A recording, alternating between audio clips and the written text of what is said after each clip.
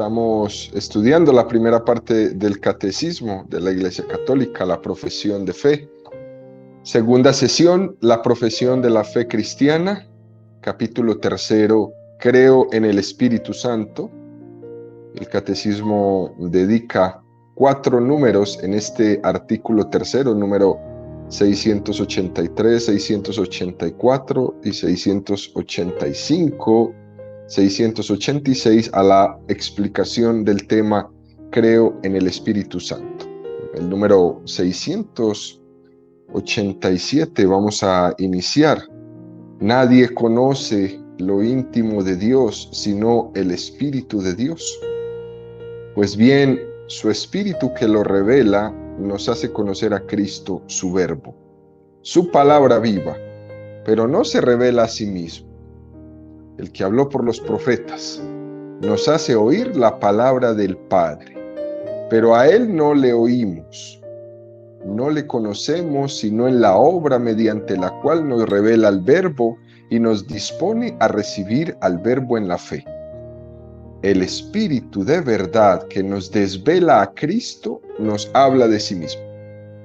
Un ocultamiento tan discreto, propiamente divino, explica que el mundo no puede recibirle porque no le ve ni le conoce, mientras que los que creen en Cristo le conocen porque Él mora en ellos. Este texto del Catecismo tan hermoso, ¿no? Nos hace una referencia muy interesante en la primera carta de los Corintios 2:11.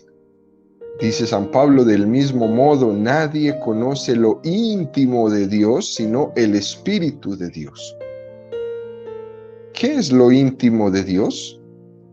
La Sagrada Escritura dice que Dios es amor. Eso es lo íntimo de Dios, su esencia. Dios es amor. El amor entre el Padre y el Hijo es el Espíritu Santo. Por eso podemos decir que lo íntimo de Dios es el Espíritu Santo. Tan íntimo es esto, ¿no?, que podemos decir que la intimidad de Dios es persona. Es bueno que invoquemos al Espíritu Santo y que nos encomendemos a Él sabiendo que en Él estamos entrando en esa amistad con lo íntimo de Dios. En este número del Catecismo lo dice de una manera muy enfática: su Espíritu que lo revela nos hace conocer a Cristo, su Verbo, su palabra viva, que no se revela a sí mismo. Juan 16:13, ¿no? Cuando venga Él, el Espíritu de la verdad, os guiará hasta la verdad completa, pues no hablará por su cuenta, sino que hablará lo que oiga y os anunciará lo que ha de venir. Esto es, pues, queridos amigos, lo propio del Espíritu Santo es revelar, no revelarse a sí mismo. El Catecismo usa una palabra muy, muy interesante. Él permanece en el ocultamiento. Ocultamiento. Si vemos tanto en el río Jordán, en el momento del bautismo de Jesús, como en el monte Tabor, en el momento de la transfiguración, en esas dos teofanías, en esas dos manifestaciones, lo podemos ver, este ocultamiento del Espíritu Santo mucho más cercano. Mateo 3:17. Bautizado Jesús, salió luego del agua, y en esto se abrieron los cielos, y vio al Espíritu de Dios que bajaba en forma de paloma y venía sobre él. Y una voz que salía de los cielos decía: este es mi Hijo amado, en quien me complazco. En esta teofanía, en estas dos teofanías que estamos comentando, el Espíritu Santo hace que el Padre hable. No encontraremos, ¿no?, en la Sagrada Escritura un momento en el que el Espíritu Santo hable. No lo encontraremos. Él hace, actúa. Continúa el número del Catecismo explicándonos que, pero a Él no le oímos, no le conocemos, sino en la obra mediante la cual nos revela al Verbo y nos dispone a recibir al Verbo en la fe. Vimos estas dos formas, ¿no? Esta es una doble forma de cómo obra el Espíritu Santo. Él obra para que se nos revele el verbo, o Él nos revela el verbo, y también nos dispone para recibir al verbo en la fe. Dos formas muy interesantes. Es como una doble acción, de arriba a abajo y de abajo a arriba. Y esto el catecismo lo llama un ocultamiento discreto del Espíritu Santo. Ese es el estilo del Espíritu Santo. El Espíritu Santo obra sin anunciarse, bastante diferente de lo que solemos hacer nosotros. Nosotros nos anunciamos primero y después veremos si hacemos la obra. Por ejemplo, cuando uno va por una carretera y ve un cartel, ¿no? El Ministerio de Obras Públicas está construyendo o va a construir un puente en esta vía. Este es el presupuesto, este es el ingeniero encargado, este es el tiempo que tardará. Y decimos todos, bueno, buenísimo este cartel que nos está anunciando, ya lo pusieron. Ahora tenemos que esperar si la obra se hace. Es todo lo contrario a la forma de obrar de Dios, ¿no? Y Dios lo hace anónimamente, ¿no? Dios no se pone primero un anuncio y después obra, ¿no? Él obra siempre anónimamente, sin anunciarse. Y después, lo que va a quedar en nuestra mano es el reconocer la actuación de Dios. Él está actuando aunque tú no le conozcas. La verdadera religiosidad, queridos amigos, no consiste tanto en pedirle a Dios que intervenga, sino en reconocerle agradeciendo que está interviniendo en nuestra vida en todo momento. La verdadera religiosidad es reconocer que Dios actúa en mi vida en todo momento. La religiosidad verdadera consiste en descubrir al Espíritu Santo que está presente en todos los avatares y acontecimientos de mi vida. Reconocer cómo ha habido un hilo conductor que ha estado en todos los acontecimientos, en todas las situaciones, las más inexplicables. Él ha estado ahí. Buena suerte, mala suerte, no lo sé.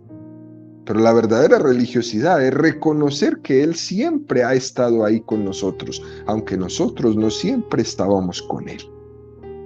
Ese es el nombre que el catecismo usa, ¿no? Ocultamiento discreto que tiene el Espíritu Santo. Él lo que hace es actuar en nosotros. Y esa acción del Espíritu Santo en nosotros es una acción completamente fecunda. Fecunda. Y mucho más fecunda porque es anónima. Como cuando las personas hacen una obra de caridad. Habrá el que le encante hacer la obra de caridad y que lo anuncien en todas partes. Esta persona donó, regaló tal cosa para hacer tal otra, ¿no? Como habrá muchas personas que lo hacen de una manera muy hermosa también, ¿no? Anónimamente. Demuestra esa discreción que busca nuestro bien. Ese es el Espíritu Santo. Él actúa anónimamente buscando nuestro bien. Demuestra con esto que la gloria de Dios coincide con el bien del hombre. Algunos seres humanos pueden tener ese recelo, ¿no? De que dar gloria a Dios con un concepto muy humano es como quien paga un impuesto, ¿no? Cuando damos gloria al hombre, no deja de ser un egocentrismo. Dar gloria a un hombre siempre será en detrimento de la gloria de los demás. Con Dios no es así. Dar gloria a Dios es nuestra vocación. Hemos sido creados para glorificar a Dios. Dios solo busca nuestro bien. Y Dios se goza con el bien del hombre. Dios se goza cuando el hombre obra el bien. La gran sorpresa nuestra es que cuando nos encontremos con Dios, será que nos daremos cuenta que Él estaba continuamente con nosotros, actuando. Y a veces, muchos, pues nos quejamos de su ausencia. Le preguntamos a Dios, ¿dónde estás? Cuando Él siempre ha estado ahí. Nuestra vida es esa evocación del camino de Emaús, que Jesús camina junto a nosotros, que el Espíritu Santo está inspirando nuestros pensamientos, nuestras acciones, nuestras palabras, y nosotros no le reconocemos. Pero cuando estuvieron en la mesa, le reconocieron al partir el pan. Complementando lo que hemos dicho anteriormente, Juan 14:17 dice: y yo pediré al Padre y os dará otro Paráclito, para que esté con vosotros para siempre, el Espíritu de la verdad, a quien el mundo no puede recibir porque no le ve ni le conoce. Pero vosotros le conocéis porque mora con vosotros. Él ha estado ahí, aunque nosotros no lo hayamos reconocido. Es verdad que el Espíritu Santo está sosteniendo a todos. El Espíritu Santo sostiene a creyentes y no creyentes, sostiene a buenos y a malos. Pero es verdad también que en la medida en que uno le conozca y le ame, puede recibir más al Espíritu Santo. El Espíritu de la verdad, a quien el mundo no puede recibir porque no le ve ni le conoce. Pero vosotros le conocéis porque mora con vosotros. No olvidar este texto. Él mora con nosotros. Juan 14:17. Y esto se entiende, porque además de ser imagen gratuita de Dios, que nos ama y nos sostiene, aunque nosotros no le conozcamos, también nos ofrece una amistad libre. Y la amistad siempre va a exigir correspondencia, ¿no? La amistad se propone, no se impone. De tal manera que en la medida en que uno corresponda, en la medida en que uno abra libremente el corazón, esa amistad puede ser mayor. Mi amistad con el Espíritu Santo no me va a ser impuesta, me va a ser propuesta. Por eso es importante que podamos nosotros abrirle la puerta. Él no se va a imponer, Él se va a proponer. Por eso dice el Evangelio de San Juan, ¿no?, que el mundo no le puede recibir porque no le ve ni le conoce. Esta falta de sensibilidad, esta falta de reconocimiento del Espíritu Santo impide la intimidad con Él. Pero como dice el Evangelio, pero vosotros le conocéis porque mora con vosotros. Así que lo que nos corresponde es seguir amando y abriendo nuestro corazón para que nuestra amistad con el Espíritu Santo siga incrementándose. Lo que quiere decir es que nuestra devoción al Espíritu Santo debe seguir por reconocer esa inhabitación del Espíritu Santo en nosotros, que nos haga caer en cuenta de que Él mora en nosotros, de que nosotros somos el santuario de Dios, en que nosotros somos el lugar donde esa presencia se hace posible y donde esa amistad se hace llevadera y duradera. El número 688 del Catecismo de la Iglesia continúa profundizando este tema y dice que la Iglesia, comunión viviente en la fe de los apóstoles que ella transmite, es el lugar de nuestro conocimiento del Espíritu Santo en las Sagradas Escrituras que Él ha inspirado, en la tradición de la cual los padres de la Iglesia son testigos siempre actuales, en el magisterio de la Iglesia al que Él asiste, en la liturgia sacramental a través de sus palabras y símbolos, en donde el Espíritu Santo nos pone en comunión con Cristo, en la oración, en la cual Él intercede por nosotros, en los carismas y ministerios mediante los que se edifica la Iglesia, en los signos de vida apostólica y misionera, en el testimonio de los santos, donde Él manifiesta su santidad y continúa la obra de salvación. Queridos amigos, es un abanico que nos presenta el catecismo de estos 8 lugares donde actúa el Espíritu Santo y donde nosotros podemos conocerle, pero es en la iglesia. La iglesia es el lugar del conocimiento del Espíritu Santo y esto hay que subrayarlo. Es en la iglesia donde podemos ver al Espíritu Santo de una manera más visible. También es verdad, ¿no?, que el Espíritu Santo puede actuar por causas fuera de la iglesia, ¿no? Fuera de la iglesia, fuera incluso de los sacramentos. De hecho, el Espíritu Santo inspira a personas que están fuera de la iglesia, que no le han llegado todavía a conocer porque todavía no les ha llegado la predicación. Cuando estas personas que no conocieron a Jesús, que no conocieron su predicación, cuando estas personas mueran, ellos se darán cuenta después de morir que todo fue hecho por obra de Jesús, que todo lo que hicieron y todo lo que fueron fecundos e inspirados fue por obra del Espíritu Santo, y ellos lo van a saber. El Espíritu Santo actúa en todo el mundo, en todas las culturas, en todas las situaciones, anónimamente. Pero el lugar donde podemos conocer más plenamente el Espíritu Santo y ver sus manifestaciones de una manera más plena es en la Iglesia Católica. Vamos a comentar un poquito estos 8 lugares, ¿no?, que nos propone el catecismo para conocer mejor y en plenitud al Espíritu Santo. El primero de estos lugares, dice el catecismo, es la Sagrada Escritura. Las Escrituras están inspiradas por Él. Eso es lo que más importa. Nos podemos hacer un poco de complicación en el momento de estudiar la Sagrada Escritura, cuando nos ponemos a hablar de que vamos a conocer los géneros literarios, el idioma en el que está escrito, las diferentes traducciones, etcétera, etcétera, ¿no? Al fin, no deja de ser un poco de disquisiciones de expertos, ¿no?, de estudiosos. A mí lo que me importa realmente en el fondo es saber que la Sagrada Escritura es inspirada por el Espíritu Santo, ¿no? Y eso es así.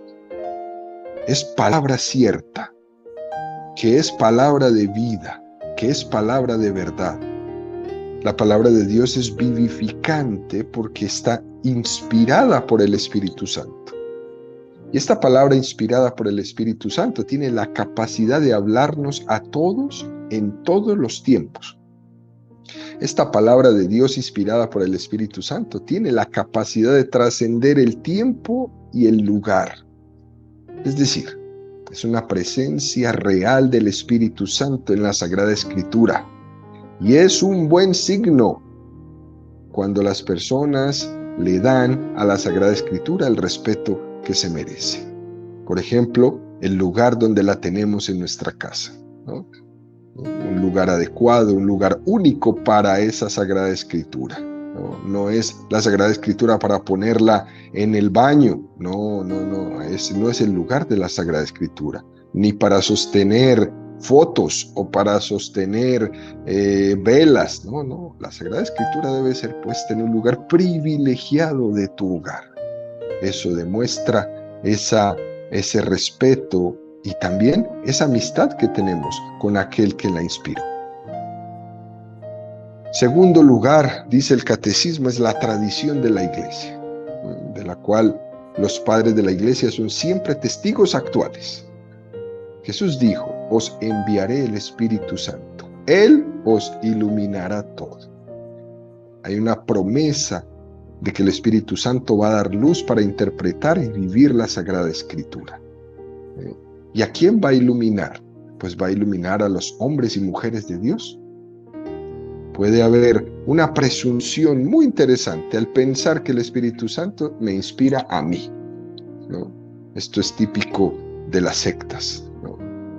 Me inspiraron a mí solo me revelaron todo. Desde el primer momento en que la iglesia comenzó, el Espíritu Santo la ha llevado y la ha iluminado, la ha inspirado. en la Sagrada Escritura, en la primitiva iglesia, en los padres de la iglesia, en la tradición de 2000 años. Ha sido el Espíritu Santo trabajando ahí. No hay ningún papa, obispo, sacerdote que haya llegado a decir explícitamente, ¿no? El Espíritu Santo me lo dijo a mí y solo a mí, ¿no? No, es a la iglesia. Por tanto, no podemos pensar que con nuestra inspiración empieza la interpretación de la Sagrada Escritura. No, no, no, no. No es así. No soy yo el centro. Para eso Dios ha dejado la iglesia, para que nos ayude a interpretar todo lo que Él nos enseña. Es importante caer en cuenta de esto. Es muy importante, porque si no, quedamos nosotros como unos libre interpretadores de la Sagrada Escritura. Y cuando uno se cree un interpretador libre de la Sagrada Escritura, entonces termina uno queriendo hacerle decir al Espíritu Santo lo que Él no ha dicho. Que el Espíritu Santo termine diciendo lo que es propio a nuestros criterios personales. Que el Espíritu Santo termine diciendo cosas de acuerdo a nuestras ideologías. Y eso no es así. No es así. Es muy importante caer en cuenta esto. Tercer lugar del conocimiento del Espíritu Santo, en el magisterio de la iglesia al que el Espíritu Santo asiste. El Señor no nos dejó a expensas del error. No nos dejó a expensas del error. Él tiene la misericordia de no permitir que el error prevalezca sobre nosotros. Sin el Espíritu Santo y sin el magisterio de la iglesia, la Biblia puede llegar a ser una especie de libro muy complicado. Todas las sectas recurren a la Biblia y cada uno le hace decir a la Biblia lo que él quiere, proyectando su ideología personal. Si el Espíritu Santo y sin el magisterio, la interpretación de la Sagrada Escritura es una locura. Es lo que pasa en el mundo de hoy. Hoy, todo hombre y mujer que se pone enfrente con una Biblia en la mano se cree el intérprete único de ella. Y eso es muy fácil hacer, ¿no? ¿Por qué? Porque cuando yo interpreto como el único, pues lo que estoy haciendo es un Dios a mi medida, utilizando la Sagrada Escritura para que me dé la razón. Además, es muy fácil conseguirse un par de textos bíblicos que me sostengan mi mentalidad, que me sostengan mi manera de interpretar. Y con eso me voy, y con eso monto una secta, o monto una religión, o monto un grupo, lo que sea. Es muy fácil hacerlo. Sin el Espíritu Santo, sin el magisterio de la iglesia, la Biblia será un desastre. Con el Espíritu Santo y a través del magisterio, de la tradición de la Sagrada Escritura, de la tradición de la iglesia, ellos nos muestran el rostro de Dios. Pero para poder ver el rostro de Dios por medio de la Sagrada Escritura y la interpretación del magisterio, a la persona creyente se le va a pedir una sola cosa: ser humilde, para reconocer la inspiración del Espíritu a lo largo de 2000 años de tradición en la iglesia, a lo largo de la vida de los santos padres, a lo largo de la vida de los santos.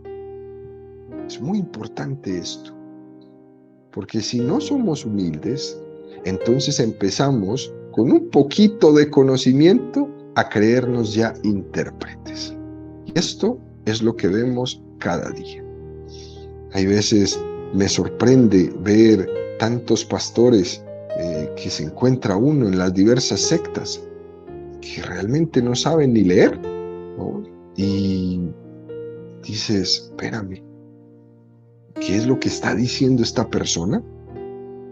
Y ellos son y se creen y lo dicen y lo proclaman, que son los inspirados por Dios.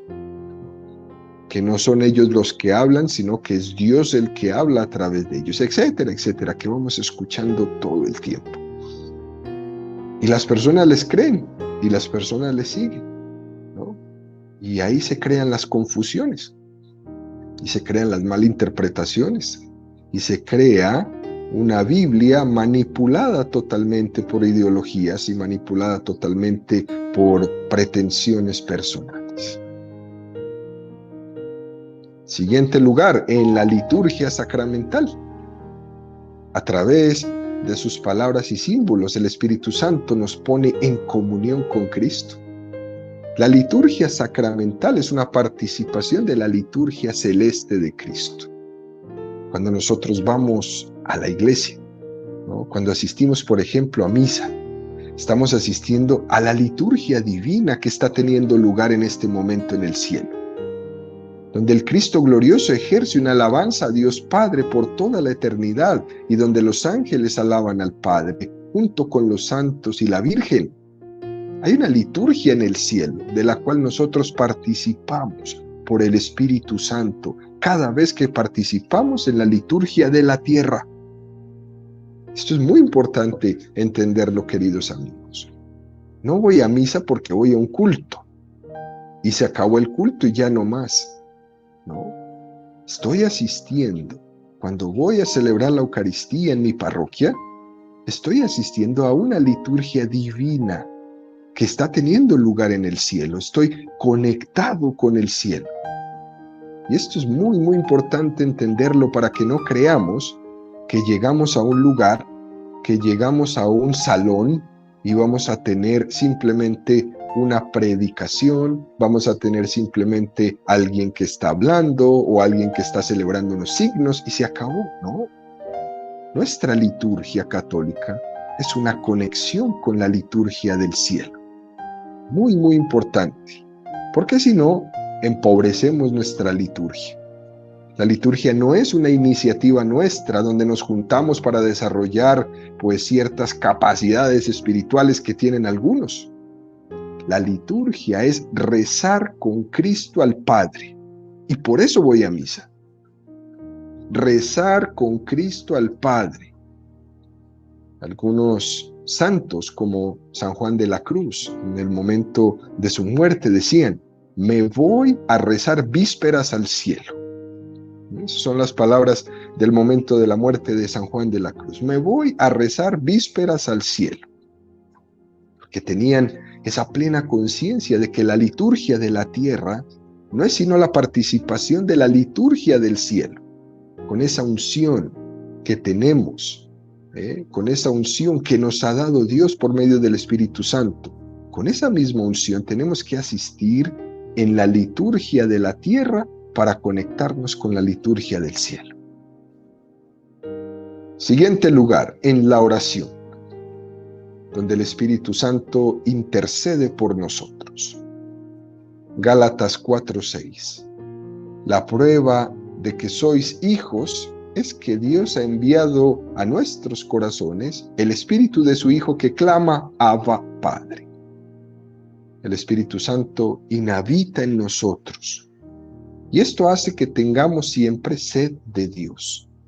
Primero porque somos seres espirituales y también porque el Espíritu Santo inhabita en nosotros. Estamos hechos para Dios. Qué importante, queridos amigos, es que en nuestra oración nos dejemos inspirar por Él. Él nos enseña a rezar. Él intercede por nosotros delante del Padre. Y es importante que le pidamos al Espíritu Santo para que nos enseñe a pedir lo que Dios quiere dar. Para que nuestra oración no sea expresión de nuestro capricho simplemente. Muchas personas nos acercamos a un momento de oración porque tenemos ansiedad de algo. Y entonces voy a rezarle a Dios para que me dé esto. Y lo piden. Ayúdame con esto, ayúdame en este proyecto. Y así no es. La verdadera oración es la que nos inspira el Espíritu Santo. Por tanto, hay que dejarle que nos inspire. Siguiente lugar, en los carismas y ministerios dentro de la iglesia. Es verdad que dentro de la iglesia encontramos una pluriformidad, ¿no?, de carismas, fruto de la riqueza del Espíritu Santo. Es mejor hablar de esta palabra tan rara, ¿no? Pluriformidad, que de pluralidad. La palabra pluralidad es más bien como política o sociológica. Nosotros usamos la palabra pluriformidad, dentro de la unidad, porque todos somos hijos de Dios, todos somos inspirados por el Espíritu Santo, formamos parte del mismo cuerpo de Cristo. Y en ese mismo y único cuerpo hay una pluriformidad. Es hermoso ver cómo el Espíritu Santo nos hace distintos, pero totalmente complementarios. Esto es muy importante para todos los grupos y ministerios que existen en las parroquias. ¿No? Todos somos miembros del mismo cuerpo de Cristo. Todos. Todos somos distintos, pero todos somos totalmente complementarios. Así que no hay un grupo o otro grupo mejor que este. No. Todos complementarios. Es bueno confiar en los carismas que el Espíritu Santo suscita en la iglesia. Ver cómo los papas actuales, ¿no?, el Papa Juan Pablo II, el Papa Benedicto XVI, ahora el Papa Francisco, han confiado y confían en esta inspiración del Espíritu Santo que hace a grandes hombres y mujeres a través de la historia, inspirándole carismas, ¿no?, inspirándole nuevas comunidades, nuevos institutos, nuevas maneras de hacer las cosas donde el Espíritu Santo actúa profundamente. Pero no porque un grupo o un ministerio o una nueva comunidad o un carisma sea la competencia del otro. No es así.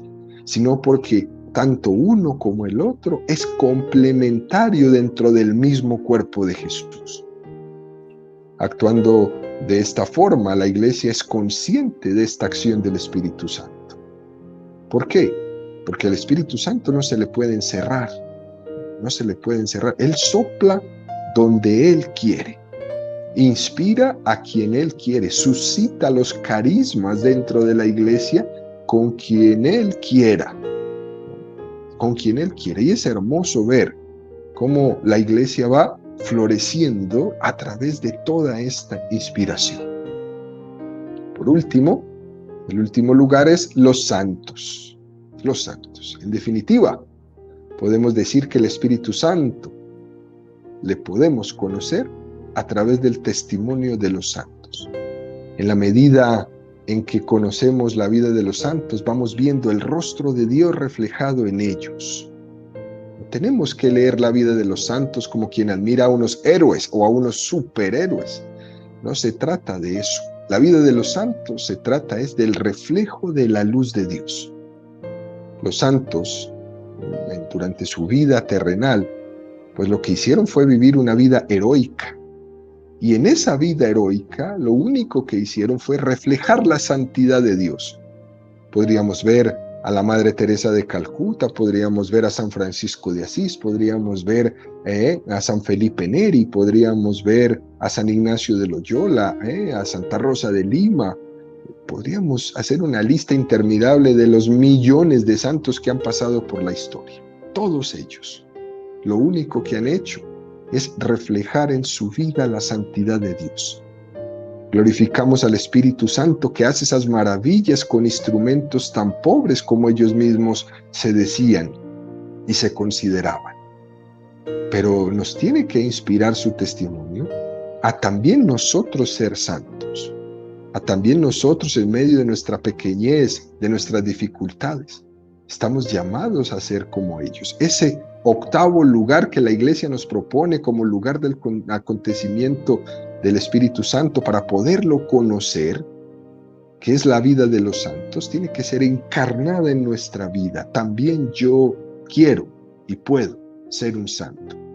Nadie puede ver a Dios, pero una forma de ver a Dios y al Espíritu Santo en nuestra vida es mirarlo reflejado en la vida de los santos. Ellos son el rostro de Dios. Viendo cómo es un santo, el Espíritu ha suscitado en ellos la humildad, y la caridad para poder a través de ellos ver nosotros el rostro de Dios.